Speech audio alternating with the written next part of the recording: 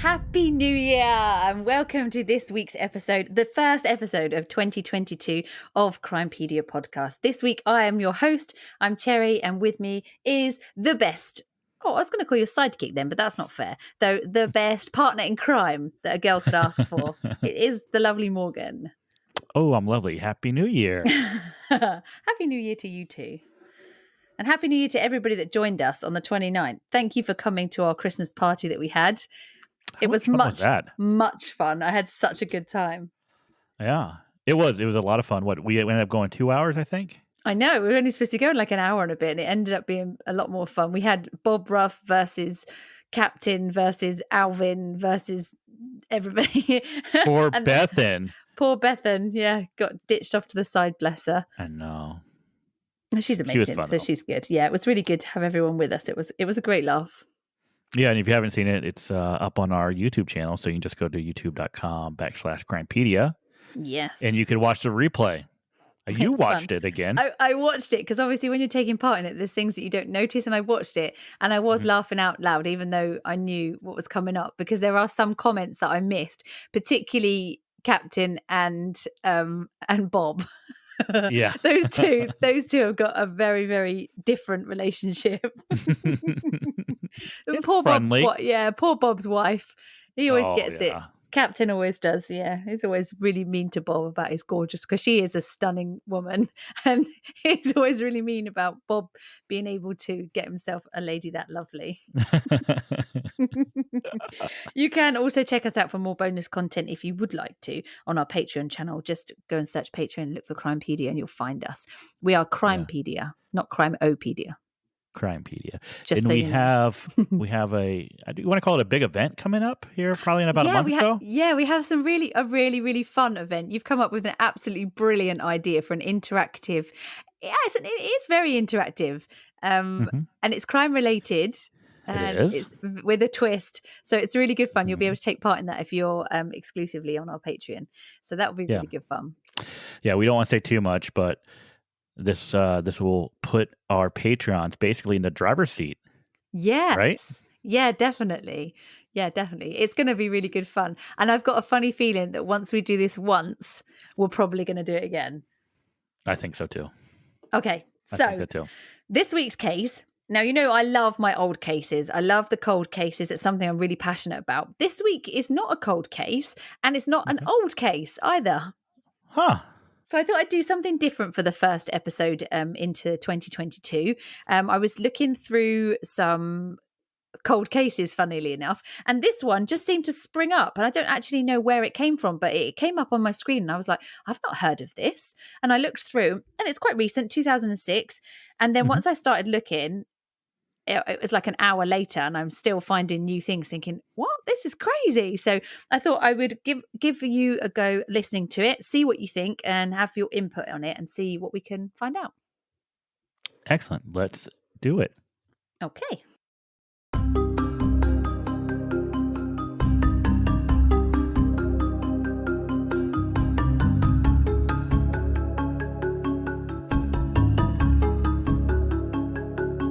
It's New Year's Day 2006 in Belfast. 21-year-old Martin Kelly is out with friends at a bar in the Docklands area watching a game of football. Somehow his friends leave the bar without him, perhaps assuming that he got into the other of the two taxis that they were taking. When they realised he wasn't with them, when they reached their destination, they called his mobile. He answered and said that he'd join them after finishing his pint. He never did. This is Crimepedia, and this is the case of Martin Kelly.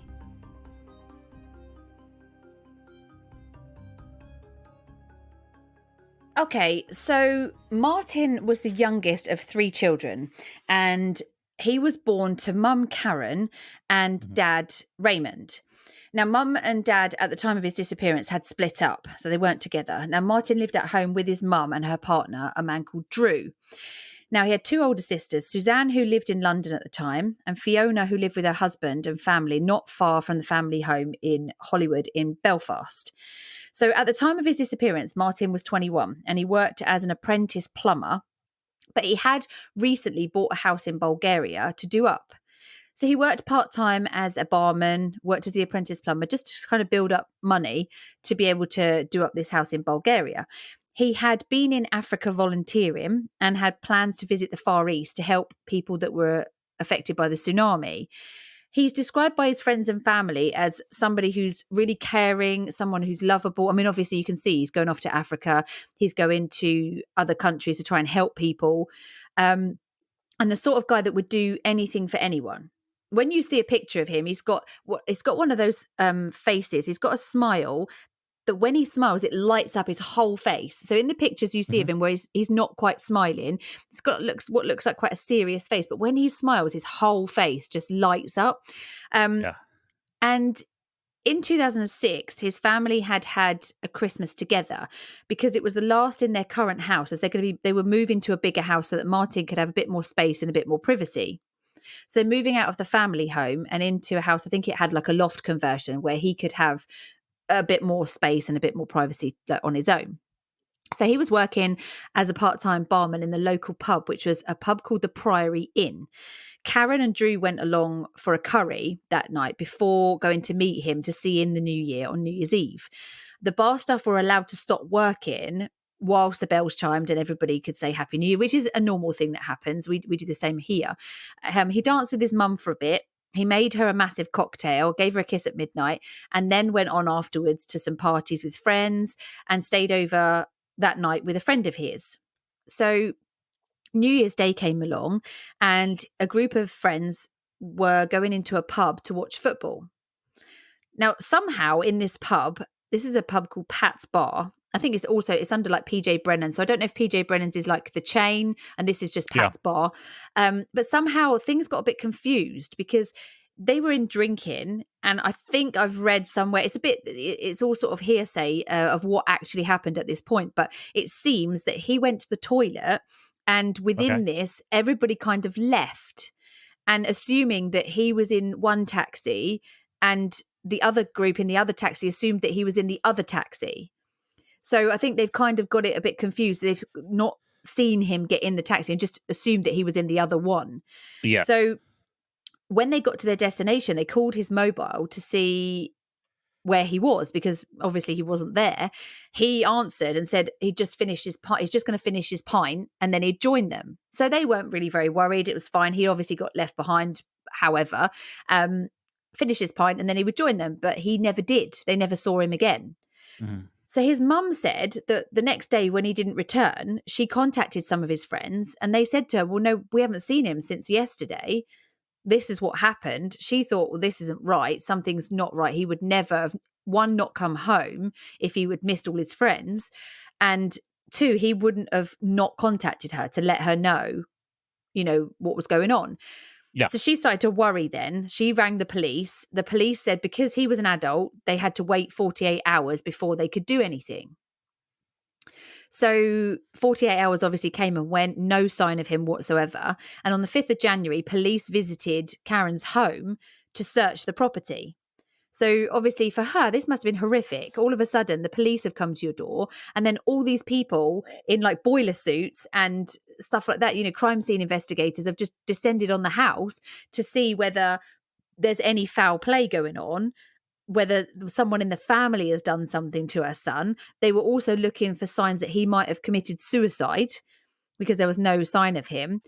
Yeah. And obviously there was nothing. They found nothing. His ID was left in the property. So his ID was at home. So he hasn't gone anywhere too far because he's left his documents and all his details and all that kind of stuff at home. So the police, 2 days later, the police then told the family that they believed Martin had died, that he fell into the harbour and had drowned. But the subsequent police dives found nothing. They Mm. also believe that he could have been washed out to sea because obviously the river that he's in would lead out to sea. So they are saying that perhaps he fell in and he was washed out to sea, and that's why there was no sign of him in the harbour. So the family sort of asked the police, could they check the ferry CCTVs because there's a ferry route just outside of where the river meets the sea there. But by the time they actually did that, it was too late because they had overwritten themselves in the, they overwrite every like 2 weeks or whatever. So they were too late and there was nothing that could have been seen. But there was no sign of a body along the shorelines. Nobody had actually said that they had found it. But I believe that about a month after he died, a body had been found in the sea, but Okay. it wasn't Martin. Okay. So we'll go back to the night that he went missing, or the day he went missing. So we're talking about New Year's Day, 2006. Martin was last seen leaving Pat's bar in Garmoyle Street in the Docklands area of Belfast. Now, this bar is now closed down. If you go onto Google Maps, you can see it. It looks like I would describe a typical Irish pub. It's all green Yeah. and obviously now it's all very dilapidated, but I could imagine back in the day it was a really cool, funky Irish bar. Apparently it's due to be redeveloped. I don't know if it has been yet, but apparently it's been earmarked for redevelopment. So Martin's described as 5'11", so quite a tall guy, medium build, short dark hair. He was wearing a charcoal grey fleece with a black Guinness t-shirt underneath it. He had blue jeans on and dark trainers. He initially left the bar at 6:30 p.m, but then he returned again to the bar at 7:10. Which is strange. So, This has all been caught on CCTV. They actually see him leave and he comes back 40 minutes later. oh. So not actually sure what happens there. And what time did his friends leave? They left. They had left before that. So They left would have before left. that. Yeah. So he was supposedly finishing his pint and then leaving to meet them. So Okay. now at the time, there were 2 men seen in the area. One was bald. He was seen at around 8:20. So this was quite a way after. The other one was spotted in Corporation Street at around 8:30. Okay. There are also reports that 2 local men offered him a lift, which he had accepted at the time and seemed to be in good spirits. But then he never took that lift. Mm. So I don't know if the people that gave him the lift are the same 2 people that have been seen in and around the area, but there are these two different snippets that the police have actually put out into the media. So in 2016, in the Belfast Live, and this is a great resource for this because there's not a lot of information about this case at all, despite the fact that apparently it's been widely spread around England. I don't remember this at all. So in 2016, in the Belfast Live, there was an article which Martin's father explained that he believed that not everything was well that night. So we're talking 10 years after his son went missing. And his dad has been doing a lot of investigation into this. And every year on New Year's Day, there's new coverage. So I think it's normally the Belfast Live that he talks to, or it's like the Telegraph, the Belfast Telegraph, or, like the Irish Telegraph or something like that.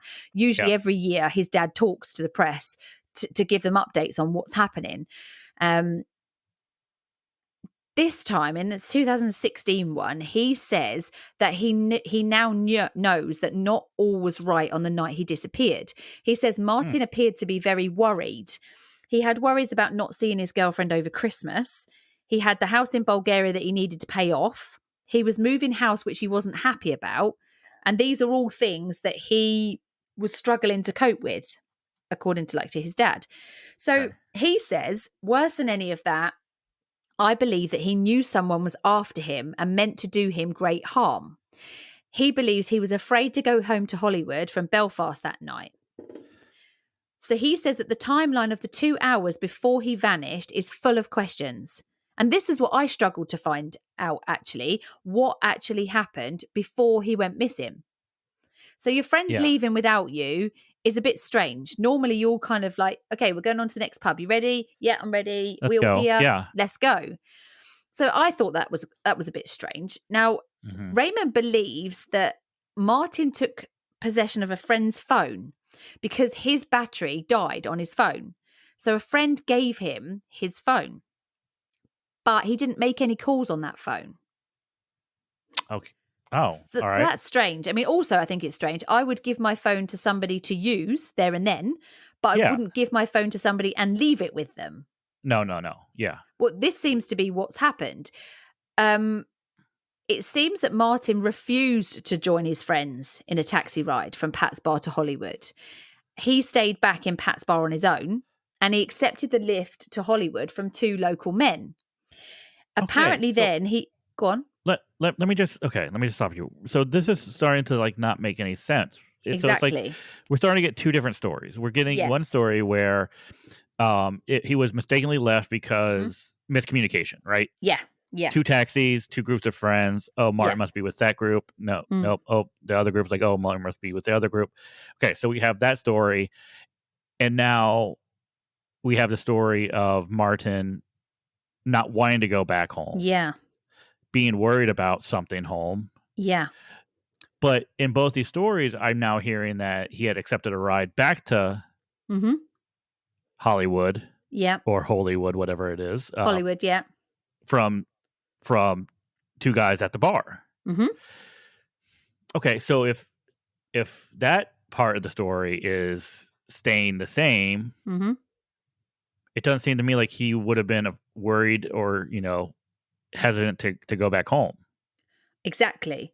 Unless it was he was worried about being with somebody in the group that he was with, possibly. Okay, possibly, yeah, okay. So his dad's saying that after he accepted the offer of the lift home, Hmm. he answered a call on that borrowed mobile phone. When he answered the phone, he then left the bar, but out of a side door, not out of the front door.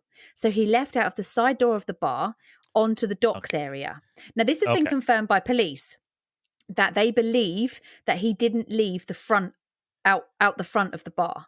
There were people in the bar at the time, and he had to shift up a big metal bar to get out of the side door and move over a load of E- stuff. yeah. So I'm looking at the street map here, and I Hmm. see what you're talking about. It's almost like a Yeah. garage door. Yeah. So it's big. How, that is, and so he just opened it up and went out that Yeah. way. And I don't know if it's a fire escape door and maybe it was easy for him to get out and that's why he Oh, went that way, knowing that it was there. I don't So I think a don't. fire escape door. If it's a fire escape door, it doesn't look very. I mean, that's a big door that he's going out. Oh, okay. So So it's like a garage door. yeah, like a big Mm. like metal door. Okay.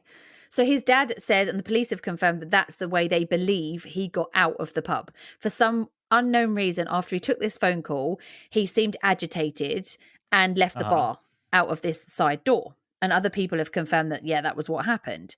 Okay, so So, if you're doing that and you're not going to the front, that means that there's something out front that you are yeah, trying to avoid. You're avoiding something. exactly. Yeah. And he didn't say anything to the two men that offered him the lift. He just left. So Raymond, his dad, says that the details of that phone call are essential to find out what happened. Oh Now yeah. his friends have never said um to his dad what happened. The friends have never said, look, this is what happened that night. We got into an argument or whatever. They've also never, he also doesn't know who made that phone call to that phone, which I find really strange because surely you can check that. The police could check that. Surely they must know who gave him the phone. Otherwise, his dad wouldn't know about it. And they should then be able to see what calls were placed at that time. So that's quite, it's quite confusing to me. Can I ask you a question? I don't know if you know this or not, but Okay. is there any indication that Martin and his friends were they familiar with this bar? Was this a bar Yeah, that they would go to often? I believe so. Okay. It was a bar 'Cause in town. I don't think it's somewhere that they'd never been to before. mhm. So, because it would seem to me it'd be weird for me to imagine someone just, like, randomly opening up this side door or whatever and Yeah, walking out and, exactly. If like if you'd never been there before. yeah, it seems to me like he had to have known Mm. that it was there. Yeah, Okay. yeah. So Raymond believes that his son was being hunted down by something. Now, he believes that he refused to get into the taxi, went back into Pat's bar, Mhm. accepted the offer of a lift with the two men, but then took the phone call. Instead of going past those blokes that offered him the lift, he basically climbed over loads of stuff stored in a side entrance that was closed to the public, lifted a big metal bar to get out of the side door. Then he walked straight into Belfast Harbour walkway, and on the CCTV footage that they've got of him, he looks very nervous. So he looks agitated. Now, I've tried to find this CCTV footage, and I can't find it anywhere. I've tried to find it. I've actually sent some messages to to Raymond and onto the webpage for this, and I haven't managed to get anything just yet. But it was only recently that I sent it, so it might be a bit Yeah. too quick for them to answer. But he believes that someone was after him and that he was too frightened to go home for whatever reason. Now, there are people in Pat's bar that never actually came forward despite the police appealing for people. This includes a couple that was seen with an older relative. Now, they were in the bar on the 31st of December. Also, a girl Martin was believed to exchange numbers with on New Year's Day in the pub. Now, if Martin had a girlfriend, why was he exchanging numbers with a girl in the pub? Mm. And there's not a lot of mention of this girlfriend. So that's another like flag that came up to me. Like, where is she? Was she with them that night? Is he had an argument with her on the phone? That's why he Yeah. looks agitated. Has he got his phone because his friend's phone because his phone died? And he's like, I'll be with you in a minute. Can I just use your phone? Yeah, no problem. They've all got in the taxi thinking he's coming with them, and he's got left behind with the phone. Yeah.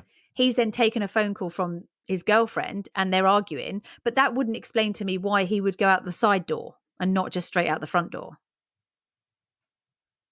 So all sorts of stuff was going through my head. A lot of it doesn't actually make sense. But those people haven't come forward. The girl that they exchanged numbers with, police had put an appeal out for her. She didn't come forward. The couple that had the older relative with them, they haven't come forward either. So also in this year, so in the 2020 article, Raymond mentions a tip that was called into police in June of 2020. He said the call to police was by a person who gave the name of somebody who might have information about Martin's disappearance. But when they checked this, it ended up being a dead end. Okay. So now Raymond's appealing for this person to get in touch again because he's not sure that either the details are right or something's got misconstrued. And hopefully it's not just a fake lead because that's just cruel, I think. Yes. Yes. Now, also in January 2006, so this is the same month that this happened, two girls were said to have visited St. Colmcille Church in Hollywood.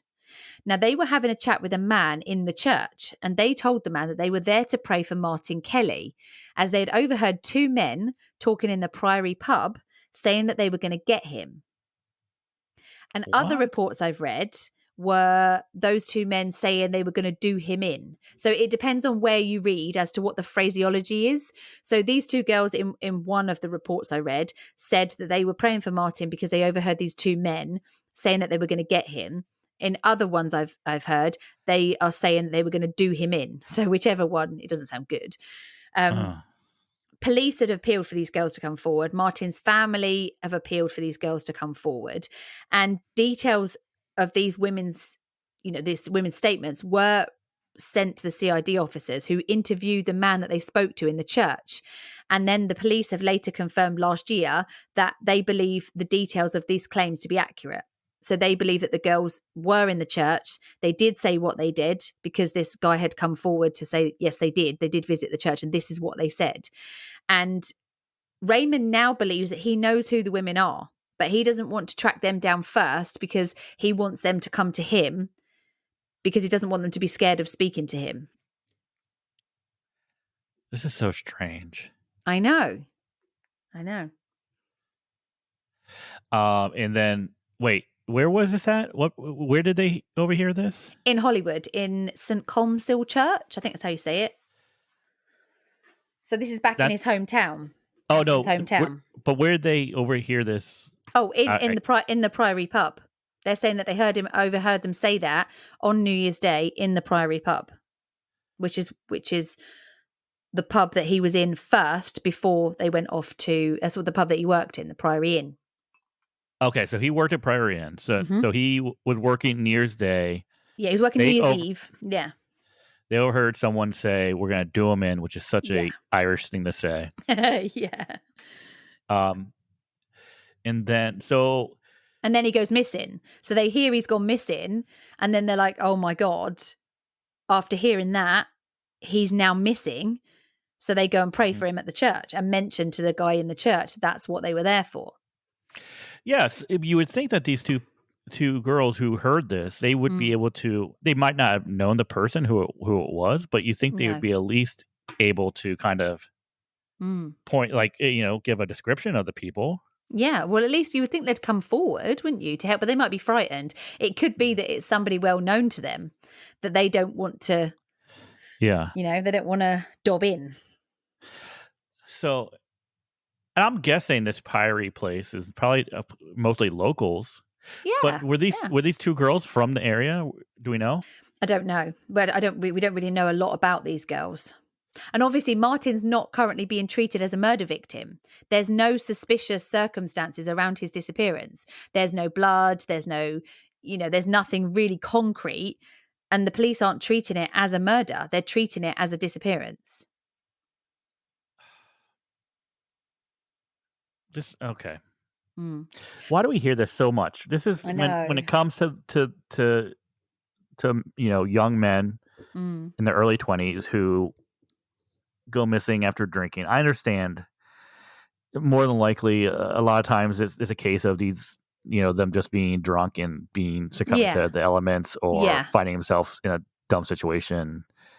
Um, but I don't understand why there's not like more urgency to some of these cases. Mm. This Particularly isn't when a case. it's, This isn't a case of someone just up and leaving. no, I don't believe Martin Kelly is not just going to get up and say I can't do this anymore. I'm going to get into a taxi and move to Italy. no, that's right. This is a case of either someone was assaulted and murdered or left for dead, or they had some sort of tragic accident. But Hmm. regardless of what happened, I think it's the right thing to do is to take it serious and to put, effort into finding the Mm. answer or finding out what happened to this guy. I mean, the thing is with this is that the family and friends of Martin have been appealing and searching, and they carried out like 300 people searches of the area. The police carried out searches of the docklands, the shorelines. They brought in cadaver dogs to see if he had slipped into the water. The locals raised over 12,000, it would probably be euros now, but over 12,000 pounds worth to help find him. They funded his mum to be able to travel all the way around England, visiting different news stations and radio stations to be able to appeal for people that may have been there, because there was also a talk that night that there were a lot of Glaswegians in the bar, and What were a bunch of what? Glaswegian people from Scotland, so from Glasgow. Oh, Jesus. Yeah, sorry. What? Excuse me? Glaswegians, yeah, so people from Glasgow. Okay. So there were a lot of Scottish people, let's say then, in the pub at the time. So she was wondering whether maybe people had stayed over for New Year's and then gone back Uh-huh. to Scotland afterwards and not heard that Martin had gone missing, and then so had information that they didn't realize that they had. So she then came over to England and literally traveled the whole length and breadth of the country trying to jog people's memories just in case people had been over in Ireland at that time and hadn't realized Okay. that Martin had gone missing. So there was a lot carried out, but it kind of just seems that there's been multiple detectives involved in this over the time. I mean, we're talking 16 odd years ago. It's been a long Yeah, time. So it has. they've brought in lots and lots of different detectives and different teams, and it seems that they're not seem to be getting any further than what they've got. We've got minimal CCTV. I mean, let's think about what could have happened to him, okay? Okay. So let's say my first thought, okay, so he's been into an argument, he's been abducted, and he's been taken away by someone, in which case Mhm. there would be no sign of him. But there's nobody that, Mm, other than like the dad saying that he seemed agitated on the CCTV. There's no altercations between him and people anywhere that we yeah. know of. So yes, okay, that's a possibility. I had a look to see if there are any other like men of that age going missing or any other abductions around the same time, and I couldn't find any more. Yeah. The other thing that I think the police believe is that he slipped and fell into the water, the Uh, dock side of the Pat's bar. okay, so yeah, I think that's going to be one of the first options. But Mm, to me, it would it just seems so difficult for me to imagine him just like him accidentally falling into the water, right? yeah. Because it's There's no mention of him being blind drunk that night. I could understand if he was absolutely hammered and he staggered out of the pub. I get it. yeah. Okay, yeah, he could have fallen into the water. But this is, this is early evening. There's no one saying that he was absolutely hammered, that he could, Mhm. barely stand up. So I don't know about the whole slipping into the water Yeah, because okay, scenario. so here's the thing. If he was, blind drunk, you got to imagine, would he have been able to go move all the stuff out of the way, get to that side Mm, door, mm. unlatch it, open that thing up and Yeah. get out, right? He I would, mean, would it? maybe. I mean, I don't know. It's hard to imagine that he would. You would think if you're that just stupid drunk and, you know, you're just gonna get out however you can, just to get out the Mm, front door. So if he exactly. go so he goes out the okay. So he goes out the side door. Mm, In order to get into water, I mean, here's the thing. There's multiple ways that he could have gone to get into the water, right? yeah. It's not because It's this not is straight out and straight down. no, okay, there's like okay, so what is it? River Lagan, is that what it's called? I Mm. think. I Lagan, apologize. River Lagan, yeah. I apologize if I pronounce any of this wrong. Okay. Oh, and also I did pronounce, thank you to Emma, I did pronounce the name of the church wrong. It's Column Kill, not Common Sill, Common Kill. Column So yeah, kill. Okay. Column Kill. So thank you, Emma, for that. So if I were to okay, let me pull this back up. So if I was there Hmm. and you're going out that side door, Yeah. you could walk to your west, hit the water. You can walk to the north, hit water. You can walk to Yes. the south, hit water. Yeah. So the only way if you were to go straight west, you'd be fine. Okay, but it looks like all around this area, Mm. there's like I don't know if it's like a wall along like a walkway. Yeah, it's like So it's it's not like a like front, like a pier, not a pier front, but it's like a big walkway along the front of all the buildings. yeah. Mm. And so it looks like there's at least like some sort of like security type measures to keep people from just like walking Plopping in. into it. Yeah. Oh yeah, that's definitely a wall Yeah. that protects you from the water. So it's not like he's just gonna gradually, oops, I Mm. walked into the water. Now That's here I right. am. He would have to go over like some sort of wall. I mean, when you look at where Pat's Bar is, you can Uh-huh. see that there's like a concrete big area out the front that's surrounded by trees, can't you? And there's like a circular bit just outside. Yeah. Can you see that too? I see that. Yep.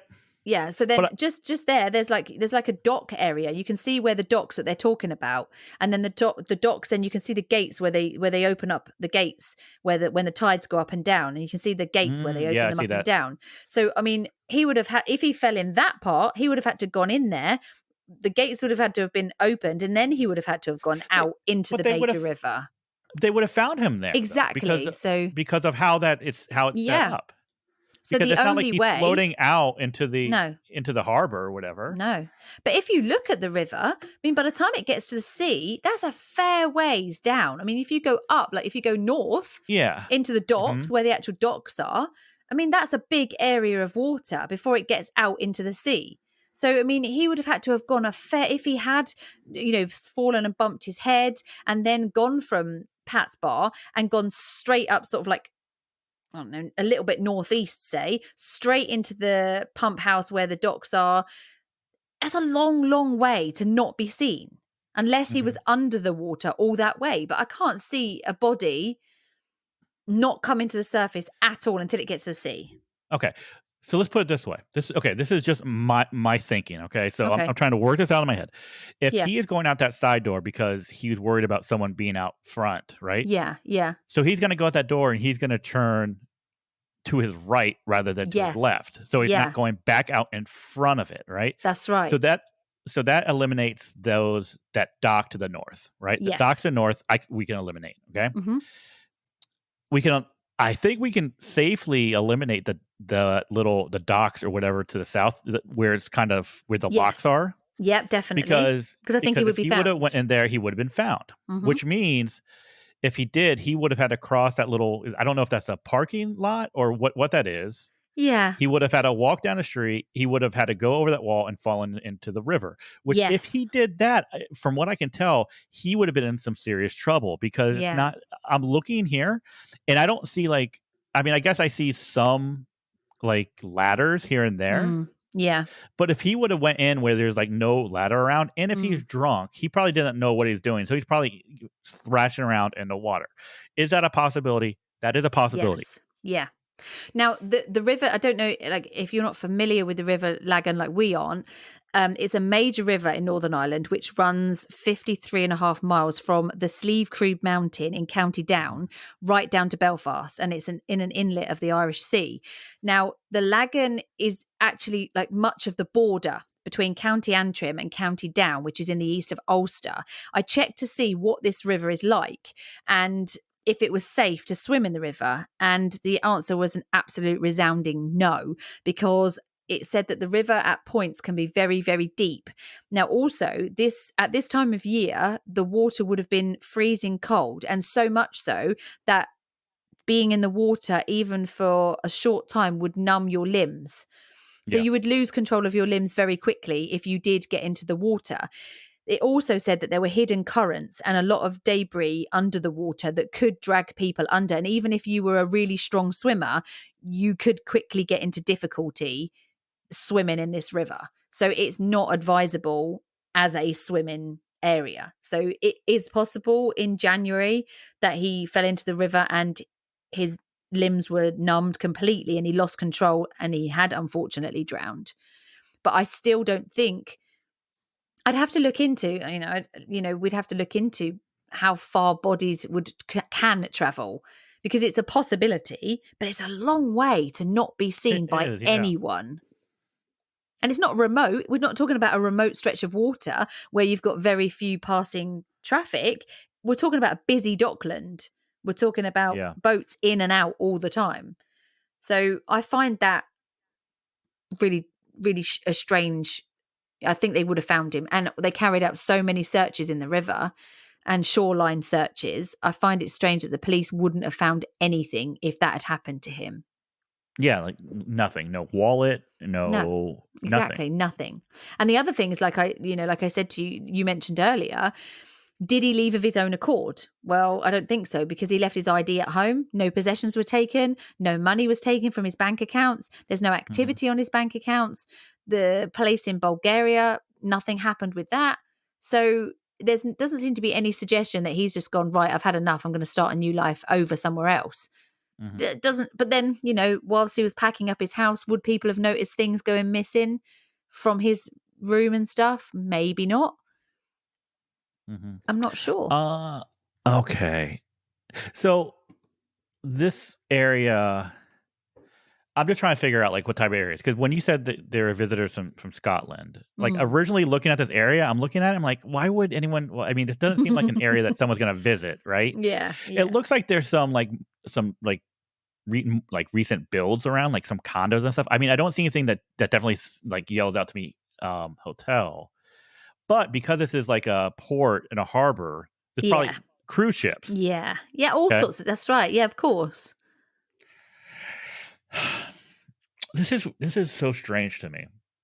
Well, I mean, the other thing I read that his mum had said, she said she had read something about a guy that had severe memory loss due to drinking, and she said, could he have fallen and hit his head, and could he have been wandering around confused? And I get why she would think that, but at the same time, there are no reports of anybody encountering a very, very confused man.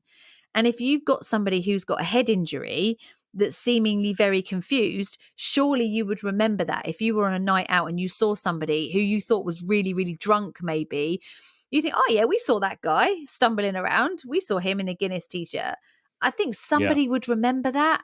I don't think he's confused and gone off somewhere and started a new life somewhere under a different name because he doesn't know who he is.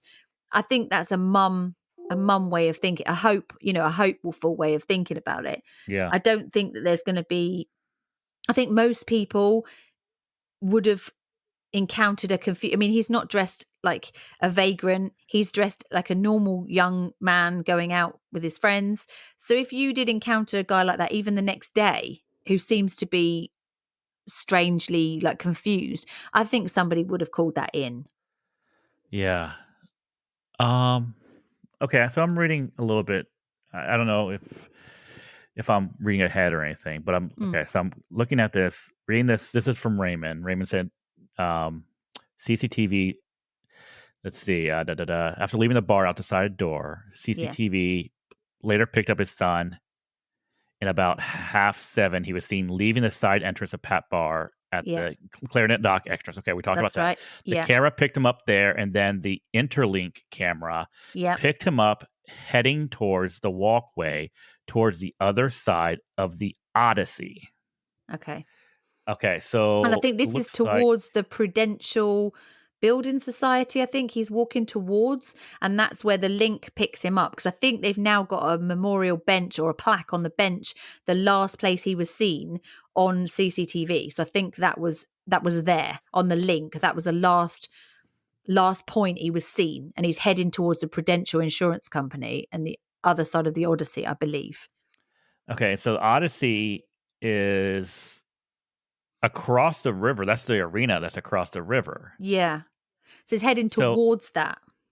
so what's the walkway they're referring to? Are they talking about the bridge, the Lagan Bridge? Yeah, there's like it looks like an arch. There's like an archway, and you walk through the archway. I saw a picture of it, and it had like not flowers, shrubbery, let's say, either side, and you could walk through, and then the arena was in, like, you could see the arena in the distance. So I don't know if that's what he's talking about, the walkway, but it sort of splits between Oh. like buildings or something. So I don't know Is if it that's it. the hold on. I'm looking at the map now. Sorry.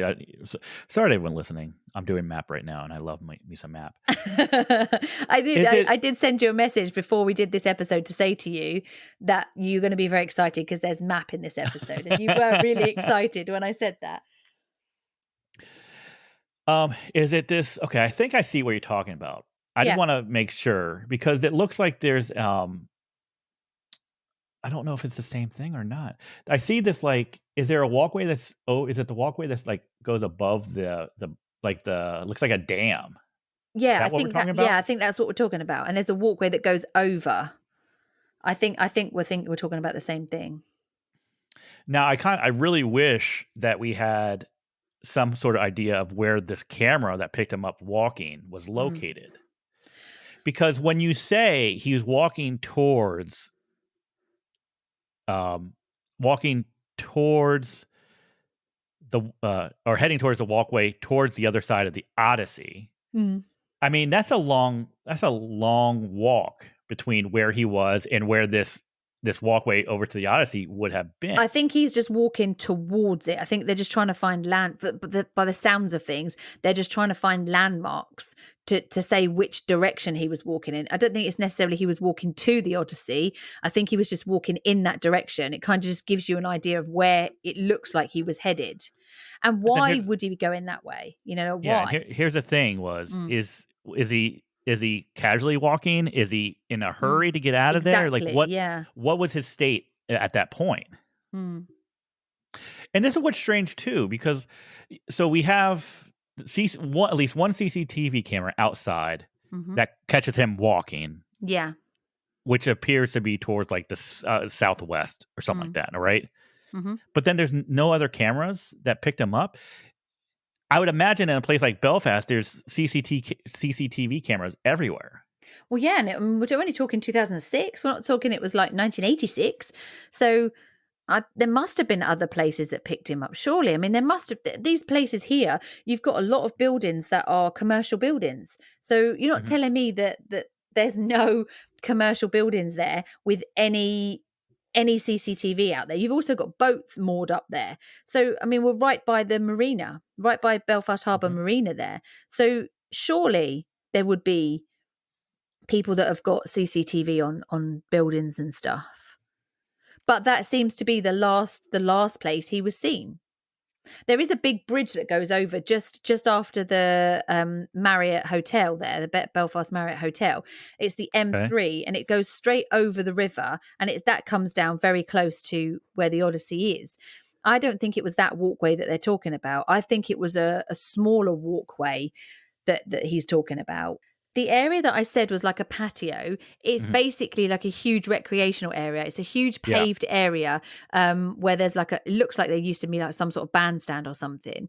Yeah, and And I think I called it maybe a parking lot, but yeah, it's definitely a patio. it's big enough for a parking lot though, isn't it? It is It huge. is. It's massive. Yeah. It's not how I thought patio. I thought it was going to be like the front of a bar area, but it looks like the kind of place where you might have like, I don't know, markets and stuff, like a big paved area. Now, looking at the bar itself, when you're looking at the front door of the bar, to the right hand side is another building. To the left hand side, it goes out onto this big, huge, like patio area that we're talking about, this paved area. Hmm. So he would have had to have come, if he's avoiding the front of the bar, he would have had to have come out the back. You can see it if you put in Street View and you put in 29 Clarendon Road, that takes you literally right opposite where you can see the side of the bar, and you can see a big green like garage door. So that is where we believe he came out of. If Hmm. he came out of that door there, he wouldn't be going left at all because he was trying to avoid the No. front of the bar. So chances Which are yeah, that's where the water is. that's where the water is. And then we have the CCTV, which would indicate he would have been heading that way. He would have been heading towards the south, Yeah. To so the back of towards the bar. the Rotterdam bar, which Yeah. is a bar on the back end Mm. of Pat's bar. It almost Yeah. looks like they're almost like connected. Like the buildings Yeah. are kind of are connected. It does. And so if he had gone that way, he's going nowhere near the water. So if he's come out of there, he's going nowhere near water. So I don't understand why they're thinking he fell into the water. Because everything indicates that he's gone the other way, Mhm. nowhere near the water. So I find that really strange of this area. I mean, obviously, I'm looking at Google Street View sort of now as it is right now, but Yeah, so there's even then, changes. Yeah. yeah, even then, the water is still going to be where it is. I mean, the water won't have changed. The buildings obviously around it might have done, but the water hasn't. So I find it really strange that he's.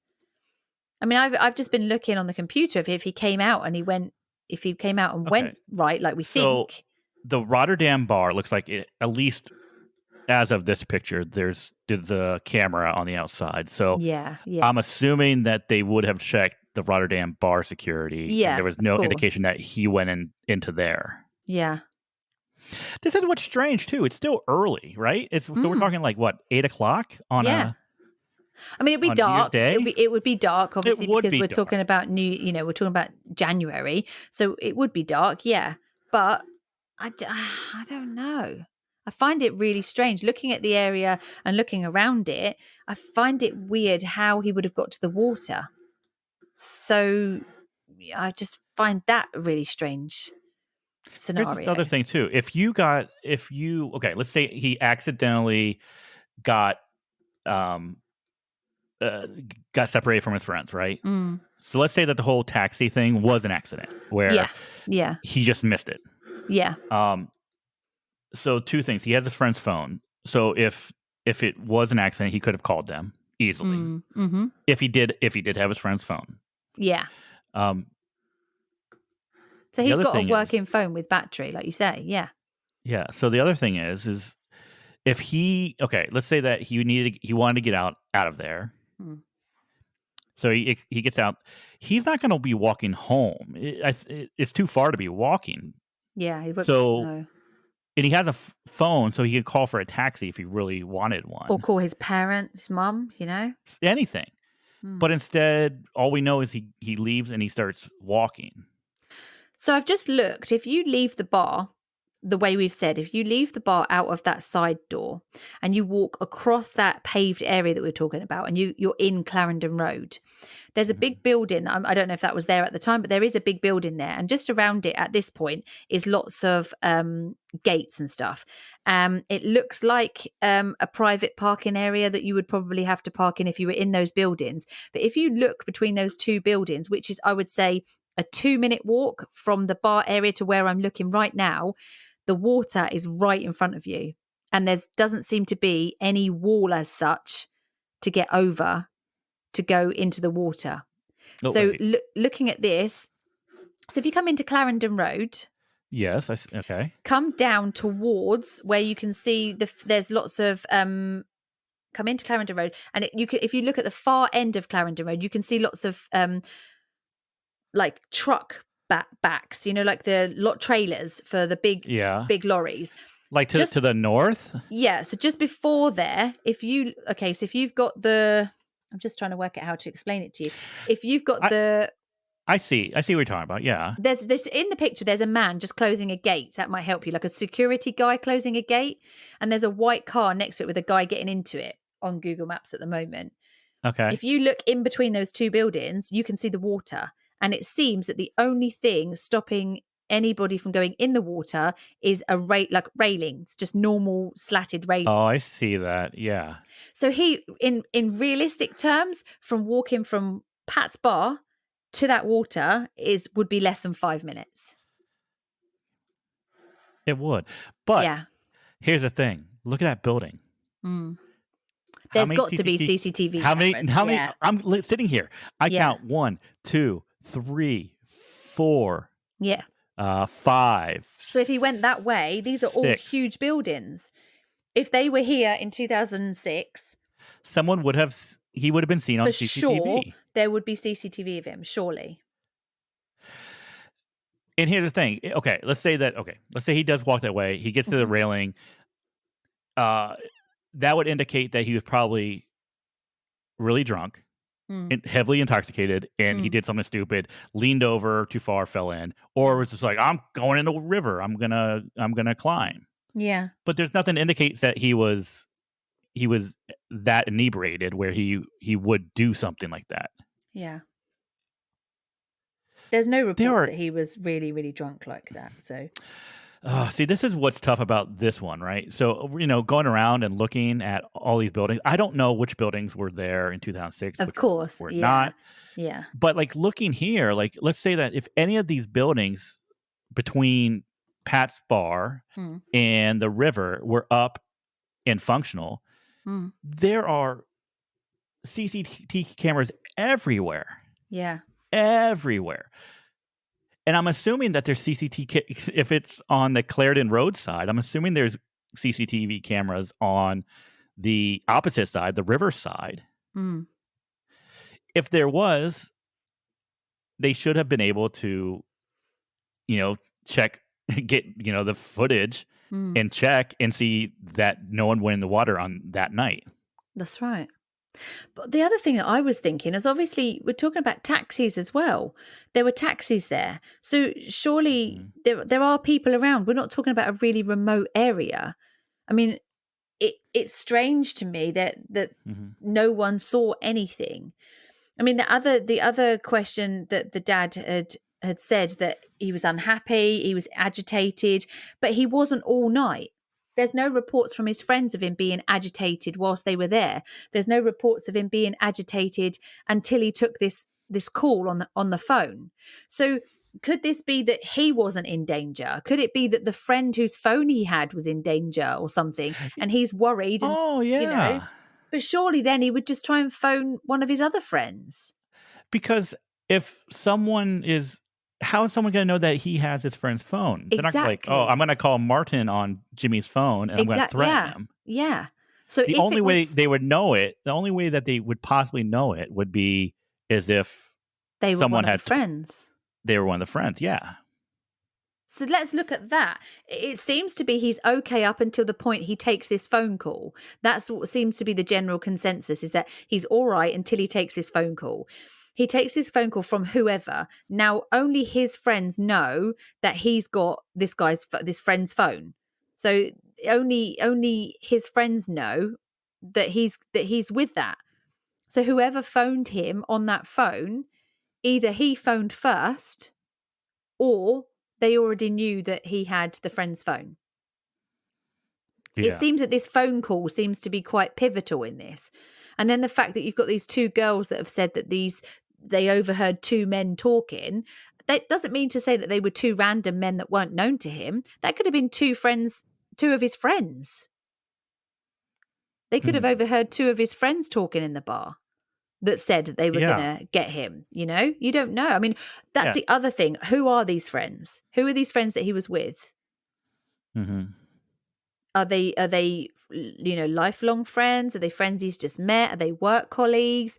Who are they? And what about the girlfriend? How's their relationship?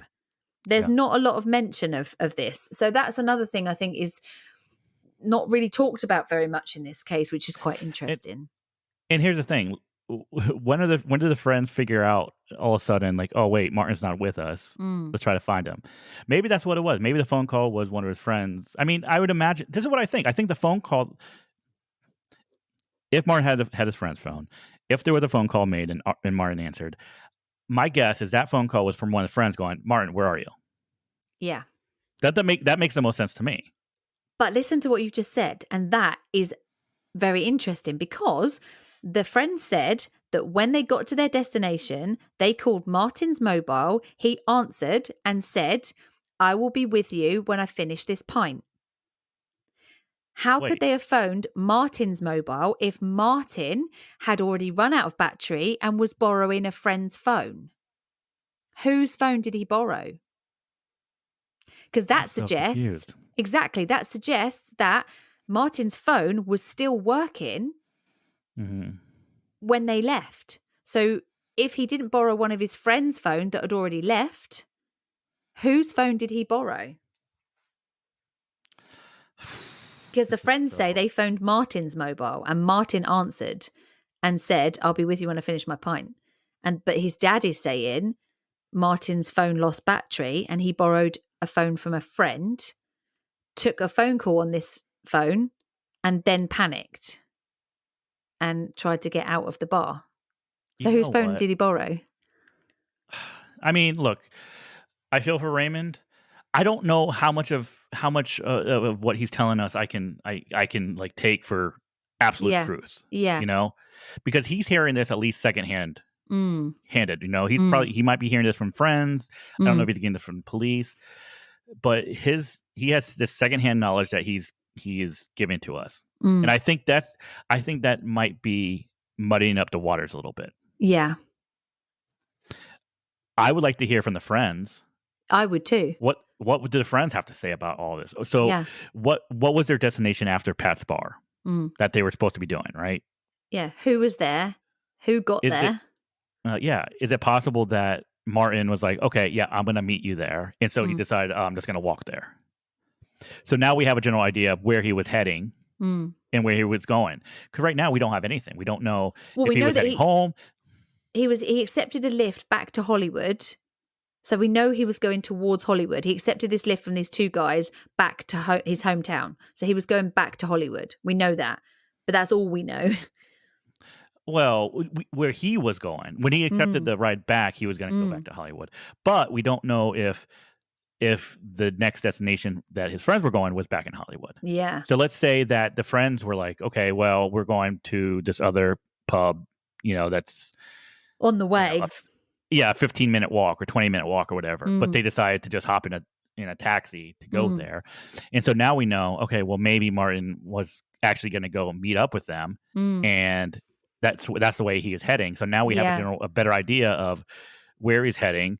The police could have at that point started looking at additional CCTV, Mm. footage.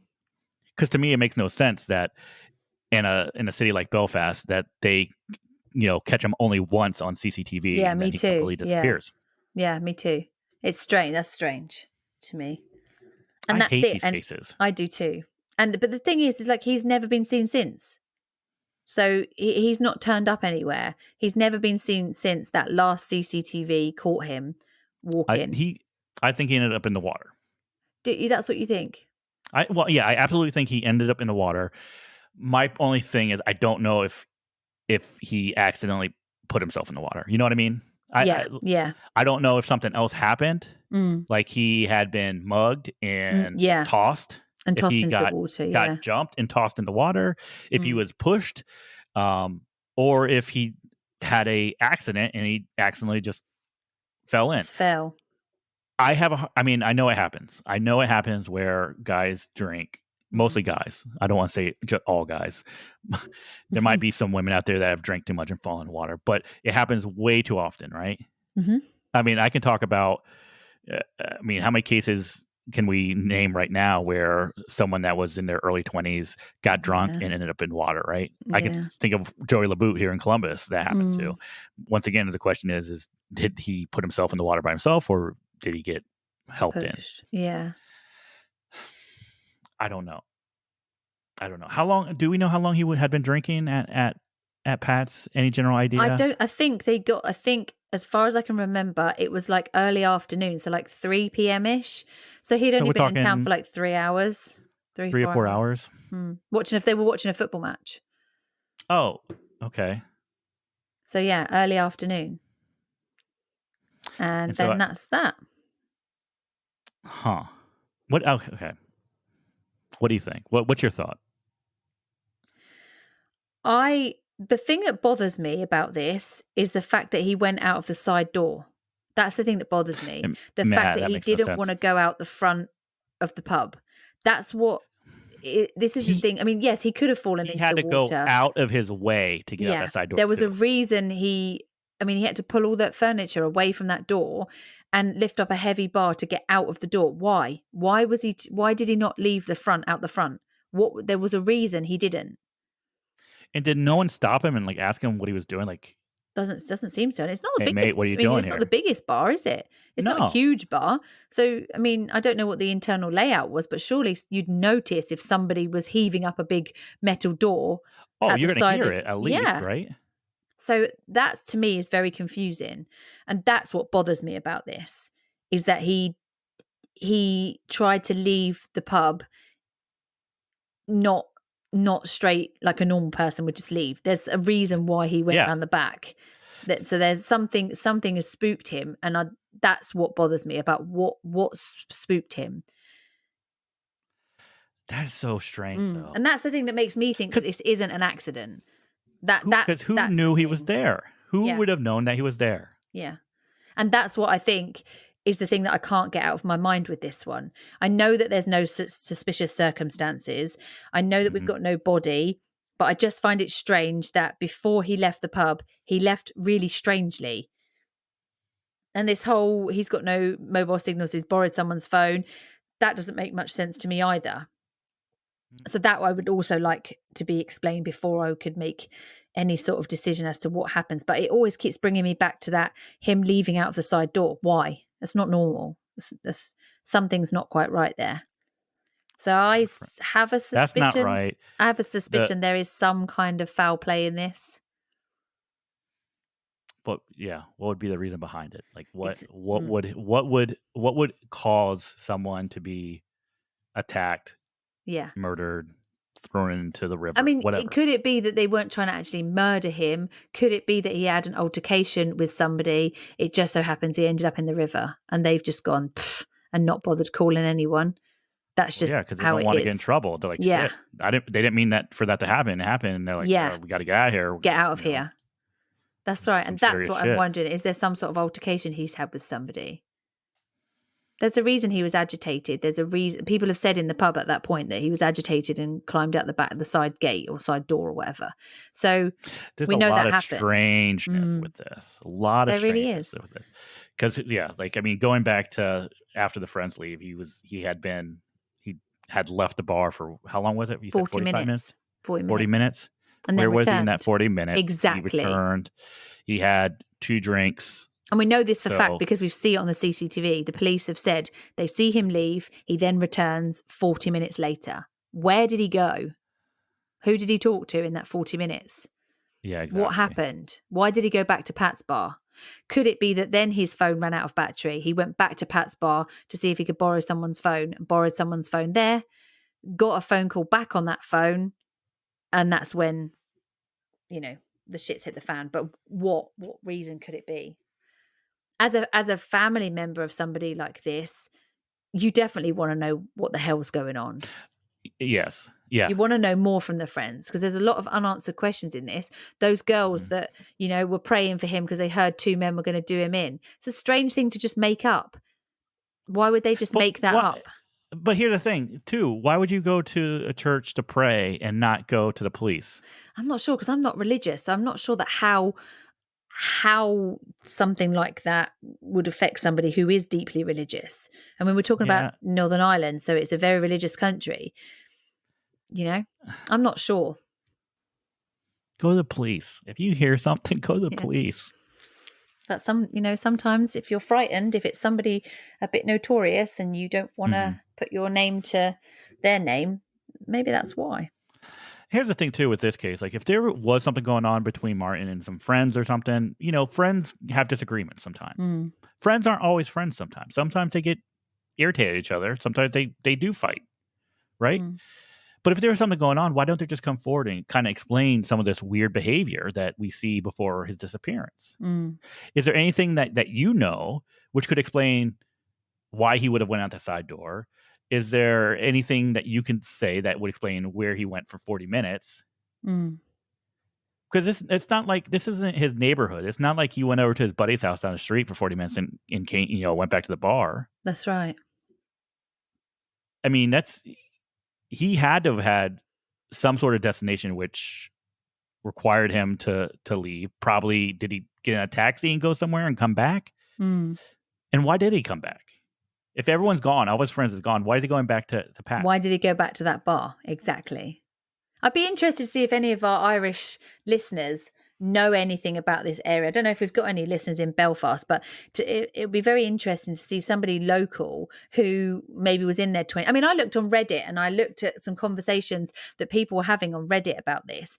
And there were a few people that said, oh, my wife worked with one of the guys that worked in that bar remembers this happening, and other people saying, oh yeah, my sister, we used to go out and drink in that bar back in the day.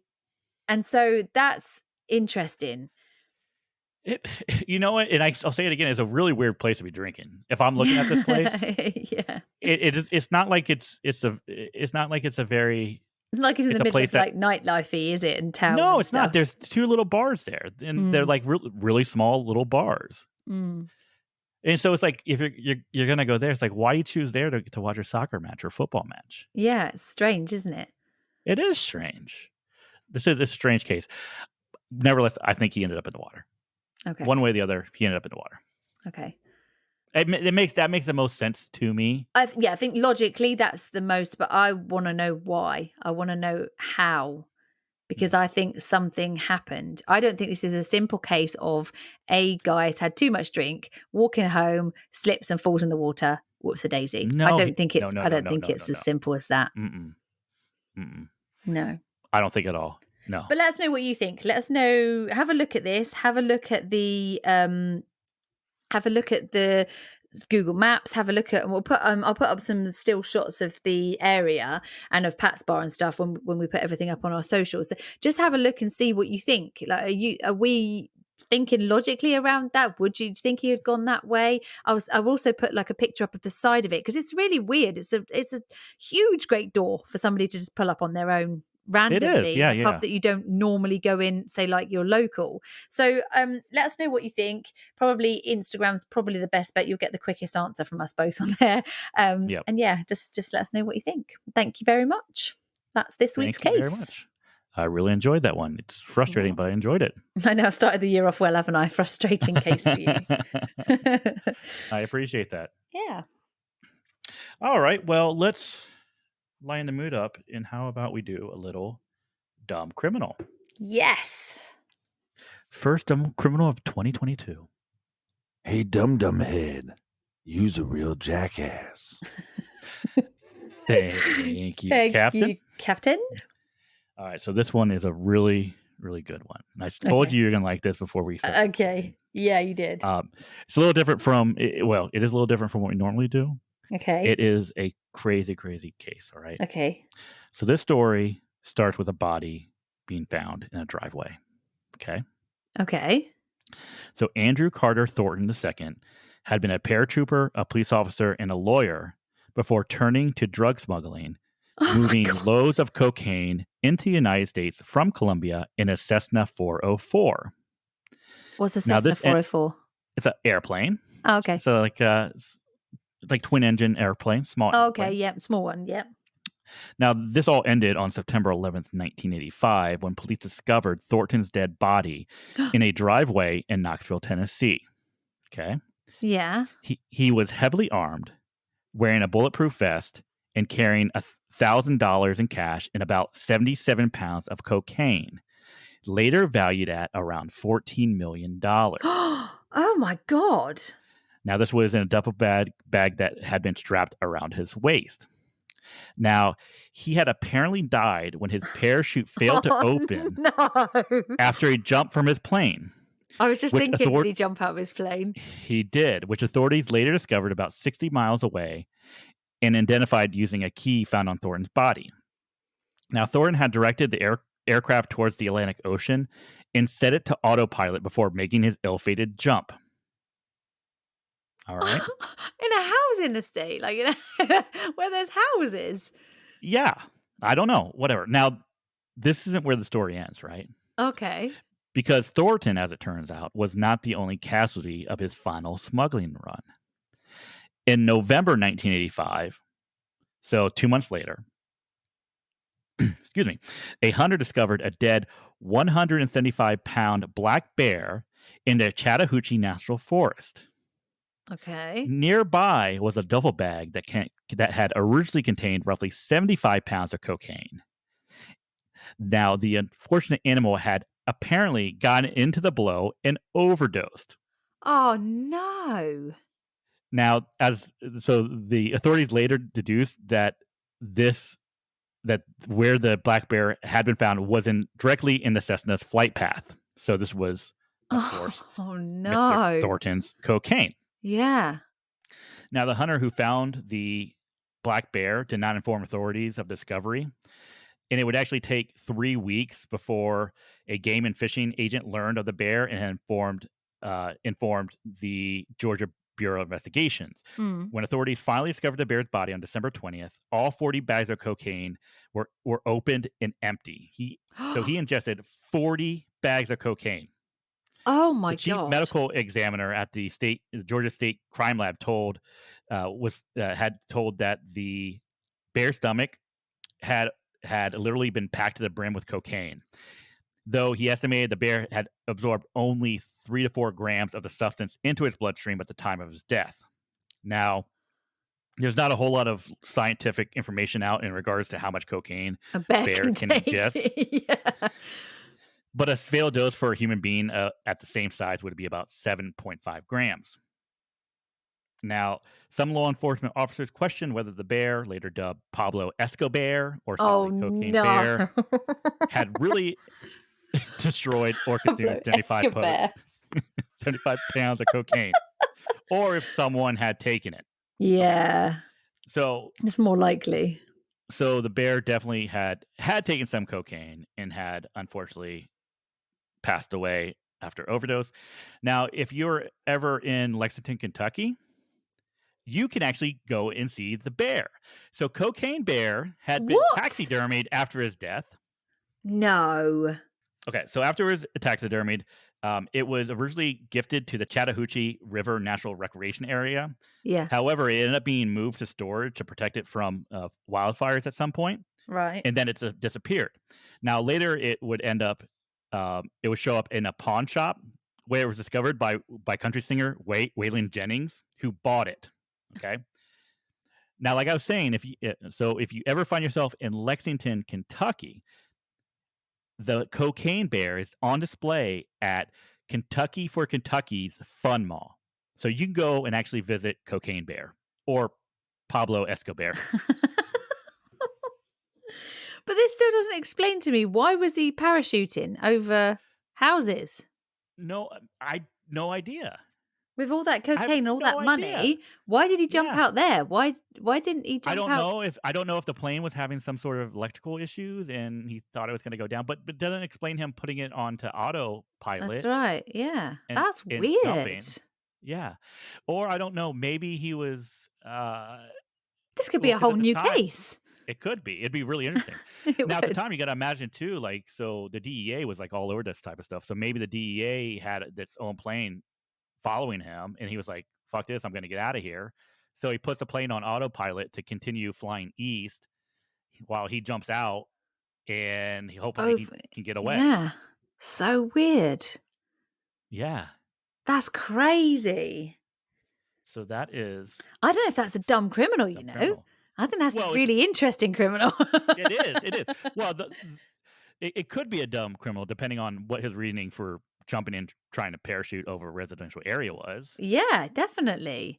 With Dumb all that criminal money and all that. Dumb criminal for not having a backup chute. Yeah, exactly. Not checking his chute properly. Silly Yeah. man. And look what happened. All your money's got taken away. You're dead. And so's the bear. Now, apparently, the bear story is going to be put to film. No, my God, seriously. So Elizabeth Banks, who's an actress, is set to direct the movie Cocaine Bear, which is described as a character-driven thriller inspired by true events that took place in Kentucky in 1985. Well, the problem with that, it actually didn't happen in Kentucky; it happened in Tennessee. But Tennessee, whatever, we'll let that go. Okay, we'll just look over that. So so if there's ever a Cocaine Bear movie that comes out, we definitely have to go see that. Yeah, definitely. We're doing a watch along with our patrons for that. Could you imagine like Cocaine Bear if it's like one of those like what were those movies like Milo and Otis where the animals... yeah.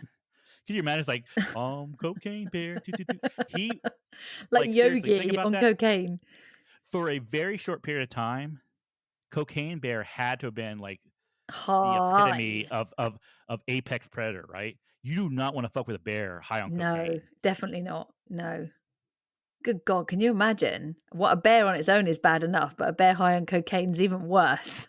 That would be scary. That bear was like, that bear on cocaine was like, you know what? Let's take some Molly and go to a rave. He's just there in the forest dancing. Bless it. Just having a good old time. Oh my goodness. Thank you. That was a great dumb criminal. We'll be back next week with another dumb criminal. Probably not as funny, but another dumb criminal next week. So in the meantime, catch us on our socials. Oh my God, he's showing me pictures of the dumb bear. No, the cocaine bear. I like Pablo Escobar. I think that's a great... Pablo brilliant. Escobar. That's very good. If you want to check out the websites for this week's case, the website is R. Marty Kelly, which is MARTY Kelly, KELLY.com. So it's rmartykelly.com. You can check out the family's website for Martin Kelly. You can see pictures and stuff. We'll take some pictures and pop them on our social media as well, so you can see Pat's bar and let us know what you think. And we will be back next week. So for now, be nice. And bye.